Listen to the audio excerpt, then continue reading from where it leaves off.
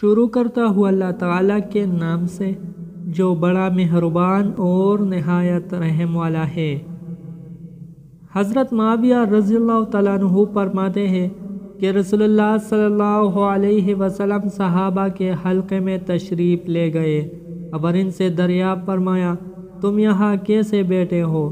انہوں نے عرض کیا، ہم اللہ تعالیٰ کا ذکر کرنے اور اس بات کا شکر ادا کرنے کے لیے بیٹھے ہیں کہ اللہ تعالیٰ نے ہم کو اسلام کی ہدایت دے کر ہم پر احسان کیا ہے۔ نبی کریم صلی اللہ علیہ وسلم نے ارشاد فرمایا، اللہ کی قسم کیا تم لوگ صرف اسی وجہ سے بیٹھے ہو؟ صحابہ رضی اللہ تعالیٰ عنہ نے عرض کیا، اللہ کی قسم صرف اسی لیے بیٹھے ہیں۔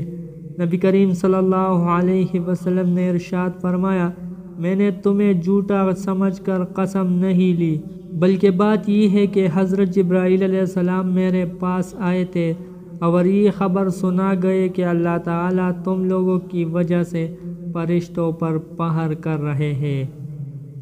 حضرت ابن عباس رضی اللہ تعالیٰ عنہ فرماتے ہیں کہ رسول اللہ صلی اللہ علیہ وسلم سے عرض کیا گیا، ہمارے لیے کس شخص کے پاس بیٹھنا بہتر ہے؟ آپ صلی اللہ علیہ وسلم نے ارشاد فرمایا، جس کو دیکھنے سے تمہیں اللہ تعالیٰ کی یاد آئے، جس کی بات سے تمہارے عمل میں ترقی ہو اور جس کے عمل سے تمہیں آخرت کی یاد آ جائے۔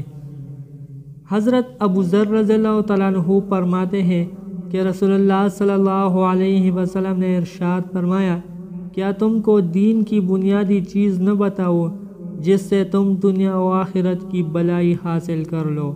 اللہ تعالیٰ کا ذکر کرنے والوں کی مجلسوں میں بیٹھا کرو اور تنہائی میں بھی جتنا ہو سکے اللہ تعالیٰ کے ذکر میں اپنی زبان کو حرکت میں رکھو۔